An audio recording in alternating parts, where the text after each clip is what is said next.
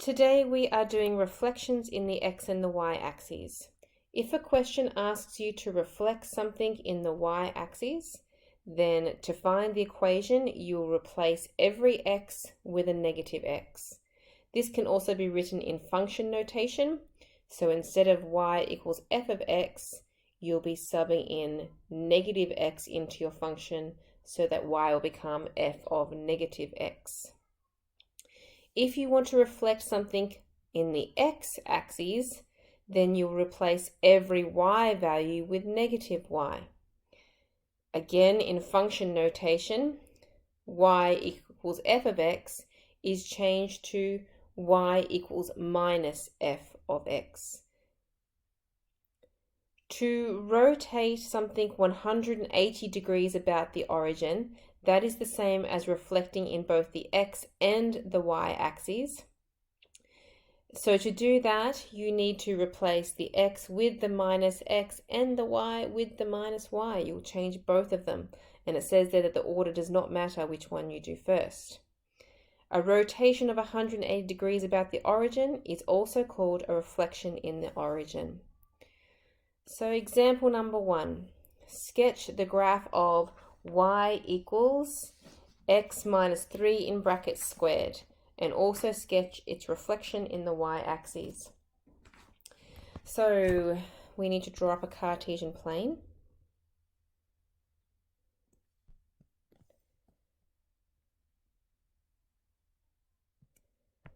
From that equation, we can read off the turning point. From the bracket here, x minus 3, we know that the x-coordinate would be a positive 3. And because there's no number added on the end, our y value would be 0. So on the x-axis, our turning point would be at 3, 0. The y-intercept we could find by subbing x equals 0 into that equation. So if x was 0, 0 minus 3 all squared would be a positive 9. So I'm going to put that up here, positive 9.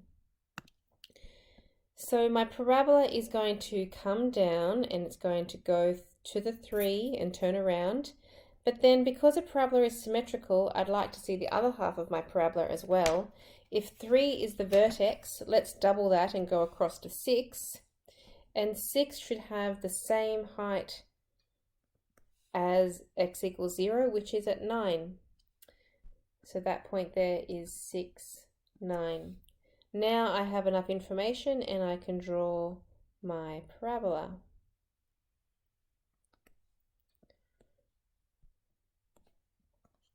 Okay, that is the graph of y equals x minus 3 squared. It says I also want to sketch the reflection in the y-axis. So picture the y-axis, picture bending your graph over. We want to reflect it over that y-axis. That means that if I have this turning point at x equals 3, when I reflect it over the y-axis, that turning point will be at negative 3. The y-intercept, which is right on the y-axis, reflected, stays in the same spot. And my point that was at 6, 9 would be at negative 6. So 1, 2, 3, 4. Need to make that line a bit longer. Negative 6, 9. And there is my reflected parabola. So that point would be negative 6, 9. Now, if I wanted to know the equation of that reflection, I could get that by looking at that parabola. By my vertex now being at x minus 3, I know that that would be x plus 3 in brackets squared.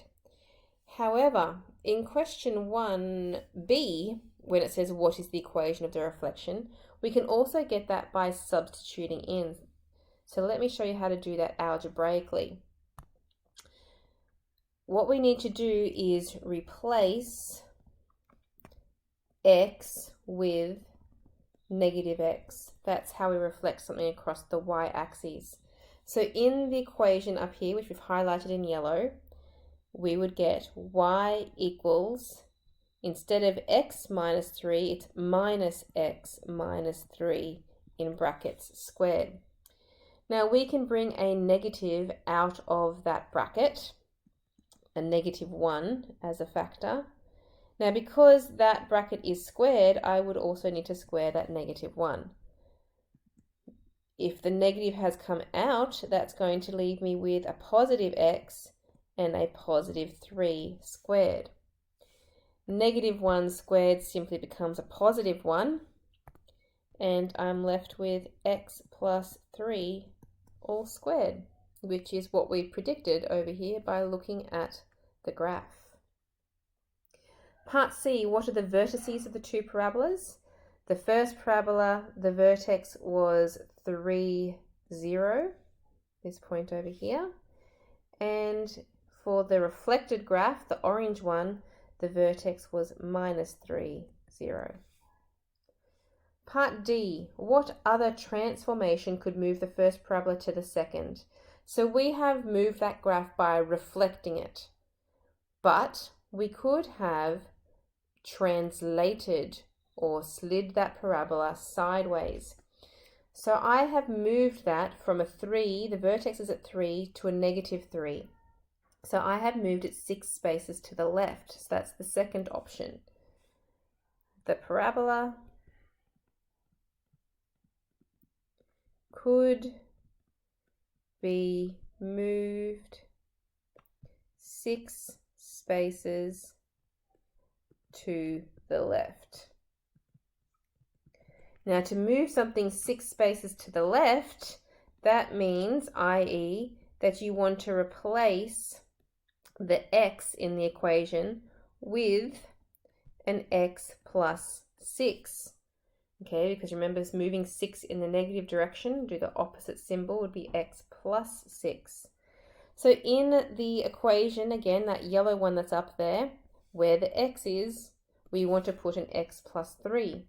So that would give us y equals x plus 6 plus a 3 close bracket squared. Now the 6, sorry, that should be a -3 in brackets squared. The 6 minus 3 becomes a plus 3, so it's x plus 3 in brackets squared. So again, we get the same equation, but this was done by translating or moving the parabola 6 spaces to the left instead of reflecting, which is when we substituted in -x. Okay, so that was reflecting across the y-axis. Question 2 on the next page says to reflect this parabola on the x-axis. The first thing I'm asked to do is to write the equation of the reflected graph. So this is when you want to replace a y with a -y. So let's write that in our equation up here, this yellow one. Instead of y equals, it's going to be -y equals x plus 2 in brackets squared. Now I don't like to have the negative sign with the y. I'm going to move that across to the other side. So that's -x plus 2 in brackets squared. So that's the equation. Part B asks me to sketch the two parabolas.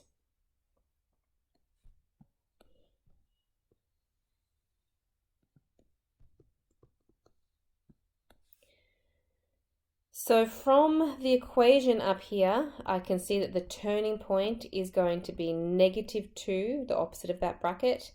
And again, there's nothing on the end, so it's going to be 0 for the y value. So -2, I'm going to put that there, -2, 0. The y-intercept, we sub in that x is equal to 0 into that equation. 0 plus 2, or just 2 squared, is equal to 4. 1, 2, 3, 4. There is my y-intercept. Remember that parabolas are symmetrical, so if I go another 2 spaces across on my x-axis, they will also have a height of 4, and there is my parabola. That's y equals x plus 2 in brackets squared. Now, to draw the reflected graph, our turning point is still the same. It's still going to be, for this one here, -2, 0. So right here. We don't have to work out everything from scratch. If my y-intercept was 4 before, when I reflect it, it's now going to come down here to -4. And that means at -4 here, my parabola, to keep it symmetrical, will be at -4. So upside down, there it is reflected, and that's y equals -x plus 2 squared. Part C, what are the vertices of the two parabolas? They have the same vertex, which was -2, 0. Question 3, consider the graph of y equals the square root of x. Sketch this graph as well as y equals negative square root of negative x. All right, starting with y equals square root of x. We know that we can't square root a negative number, so the smallest x value we're going to be able to have is 0. The square root of 0 is 0, so it starts off on the origin. If I were to sub in x equals 1, the square root of 1 is 1. And I could do another couple of values, or let's just do one more value. Let's go to 4, because the square root of 4 is a nice number, it's 2. And that way we can clearly see that we have half of a sideways parabola. Okay, so that's my y equals square root of x graph. Now looking at the second equation that we want to sketch, we have y equals negative square root of negative x. Now the minus sign that is in front of the square root sign, we could move that across to the other side to be negative y equals square root of negative x. So that means from the original equation, my y has become a negative y and my x has become a negative x.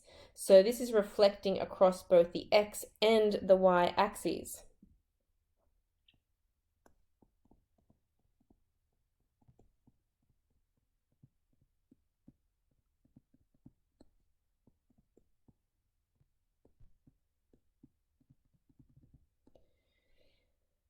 So picture reflecting it across the y-axis, which would have it coming out this way very roughly, and then we want to reflect it over the x-axis, so it's going to come down here.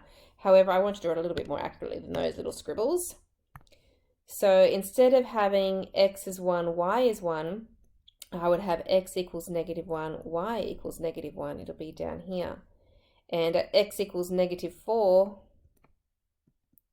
y would be equal to -2. Okay, and I'll draw it in orange because it's the reflected both ways graph. That would be the graph of y equals negative square root of negative x. Part B says what single transformation maps each graph onto the other. Instead of having to reflect it across both the x and the y axes, it's the same as a 180-degree rotation about the origin. So 180-degree rotation about the origin. And that's our lesson for today. So you now need to work on exercise 4B.